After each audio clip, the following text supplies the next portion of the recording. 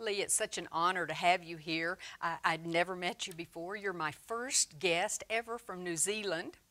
And you have an interesting business. Tell us about your online decorating service. Well, my husband and I decided to share our knowledge online about 15 years ago. So we wrote a whole lot of information about interior design and put it online. And then we made it into a few courses that you could do via email. And last year we decided to, that was free, so last year we decided to change it to be more interactive with people that were busy. So we've got two businesses now. We've got interiordesign.com, which offers the free interior decorating courses, and Willow College, which has got a paid version, and you do it online. So it's short little 3-minute lessons on your phone, on your tablet.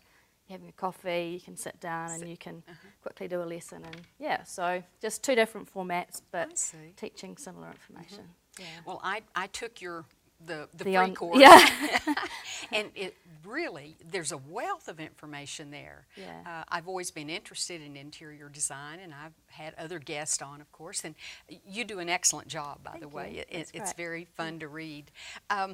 But I thought it was fun that we were going to start with a topic that hits close to home. And you said with you too, and I'm surprised, but it's being a clutterbug or a hoarder or collector of too many precious things. Definitely, and that's it's something that I'm guilty of. My husband will, I have admitted it on TV, you know.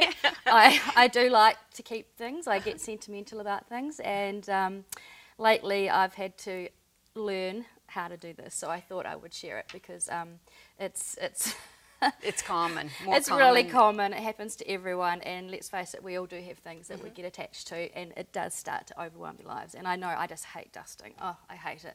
The more things you have, the more things you've got. That's right. It's harder to clean with all the things you have to consider. And some of us may not have moved to different houses very often through our lives. If you have to move, that sort of forces you maybe to at least declutter a little. But like I haven't, I've lived in the same home now for 40 years. And my son is the one who accuses me of being a hoarder. He thinks about when I'm gone what all he's going to have to do, and so I should do my kids a favor and start sorting. So let's talk about that there is hope for those of us who are savers. I've got a quick little 5-step process, but good. But you can't do it by yourself. Well, and you say that really hoarding or being a clutterbug, it's a sense of denial. Definitely, and I know that myself, and it's only through doing it myself that I can totally guarantee that it's going to work for you, because it is a process, but you can't do it by yourself. You've got to get someone to come and help you with that journey, because you can't say you want to keep everything. It's just like, oh no, I need that. I got that over there, and that was when I went there, and I like seeing that every day. But you need to have your house. You need to let it breathe. So you've got to make some space, and it'll make a big difference. So I know my sister comes into my mother's house and she roars around, you don't need this, you don't need. My mother's running around chasing her. But that's probably not the best way to do it. You actually have to physically get the involvement of the person that is the clutterbug. You've got to get them to admit that they do have a problem.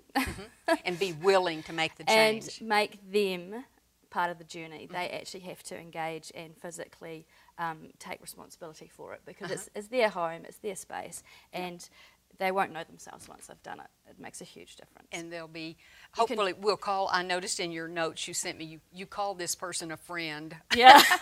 Because who else would put up with us and then help us to go through this journey together? Yeah. But what are the steps that are involved? You said really 5 easy steps. Yeah, basically. Well, as I said, the first thing is getting to admit that they actually have got too much stuff. And it's so easy now. We can access so much stuff. You know, online we can push a button, the next day we've got something else. So the first thing we need to do is basically, as I said, admit that you've got the problem, and then go in and pretend that you're moving house, take everything out of the room. And it's a big job. You've got to, you know, put your work gear on and sleeves up and get into it. So take everything out, give the place a good clean the windows, because that's always a good start. So you get nice bright fresh air when you bring everything back in. and then you need to take everything out. If there's a good time if you're going to do any other bits and pieces like, you know, repaint, touch up, change your carpet, anything like that. So take everything out and only do one room at a time. I forgot to say that. One room at a time.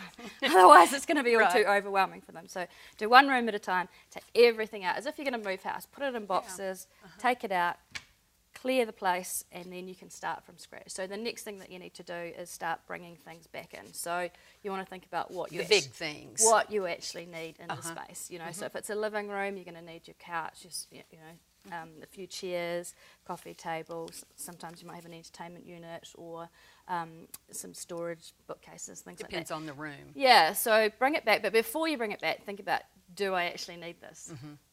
And do I just need it to put more stuff in? Or do I need it because I like it and because it makes me feel good and I do need to put stuff on it? So put those things back and then have a bit of a break. And step 3 is layering. That's kind of the fun part, I think, bringing in some of the things that we have. That's the hard part for me. So once you've just got your basics in, get your friend to sit down and have a look, have a look around and just let them feel how it feels empty, I suppose. They've got nothing in there. So you've got the bare bones and you've made sure that everything is sitting in the right place. You can walk around it and just get them to feel comfortable in that space. Then, as you said, you can start the layering. So go through those boxes and start bringing stuff back in. I think the most important thing to remember is it is their house. They will have special things, and you've got to make sure they keep their own personality in it. You can't just strip it out. No. But so make sure that they pick out stuff that they really love. Things that make them feel good, or if they're big travellers, they may have lots of things from different places, and it's really important for them to show those. So yeah. And you have some examples here that might trigger someone else's thoughts to do things differently than they thought they would otherwise, or at least it did me. But explain what this represents. Well, we do have a lot of things, as I said, and I know for myself, I love books, so I have a huge amount of books. And trying to put those on display is often quite difficult. But I really love this because they have managed to put a lot of things back into the space. But you can see they've colour-coded it. It's very organised, colourful. I like it. Yeah, it's colour-coded. When you're looking at it, it looks fresh and inviting, and it's not just haphazard. So your eye just gently flows through it. It's not something that you look at and it's just a constant mess. Yeah. And this is kind of interesting. It's like they wanted to display these books, at least right now or during this season. So they've kind of created a focal point, I guess. Yeah. Well, I think this one is they've tried to they've tried to make a tablescape as such, but they've gone a little bit overboard. They've wanted all of their lovely books there. So perhaps if a smaller version, a smaller amount, and not so Christmas tree like, So a little bit more ordered, and it just means that. You don't feel so chaotic when you look at stuff, because your eye is constantly moving, look at things, and if you want to, in a living room, if you want to relax, you sort of don't want your eye flashing all over the place. So if things are just simple like that, things flow. This is a little bit overdone, yeah. And this I thought was so interesting because the first thing that caught my eye was the chairs facing this way, and evidently there's room back here. But I love houseplants, but you say they also can become cluttered. Yeah, and I think... And dust collectors. Yeah, most definitely.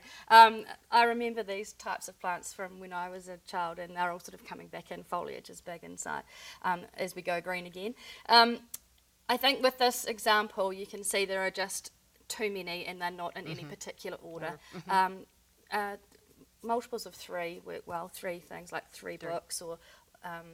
3 plants together, and you're thinking about heights as well, different planes. So they've done really well with getting some height here, but these are sort of out of proportion. They're a little bit too small. These would probably work better on a table somewhere. Something to elevate it. Yeah, so having big, medium, small, and sort of put the chair beside it, and then that would work a lot better. It's just sort of a little bit random.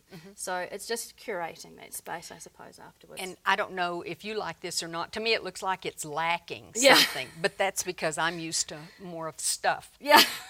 But it certainly would be easy to clean. Definitely. And I think for me, I'm just showing the opposite of what we had before with the big stack of book. It's not very well proportioned to me. it's too small on the table. But it's just another idea of what you can do. You don't have to have everything out. You can just pick a couple of your favourite Or maybe things. go seasonal or something. Yeah, That's exactly. Kind of Now, this is a lot of stuff, Yeah. but I think it's very nicely arranged. I like to look at it. Yeah, I love it. I just love this. And the reason I love it is I can see someone's passion, isn't it? I can see that they love nature, they love birds, and they've managed to put all of those images into one room. And it's not overwhelming, you know. It's actually a really lovely focal point, and you can see that by the angles that they've got there, that it's interesting. It's drawing your eye in, and it's interesting, and your eye moves along naturally with it. So you can have a lot of stuff, but if it's just about how you group it.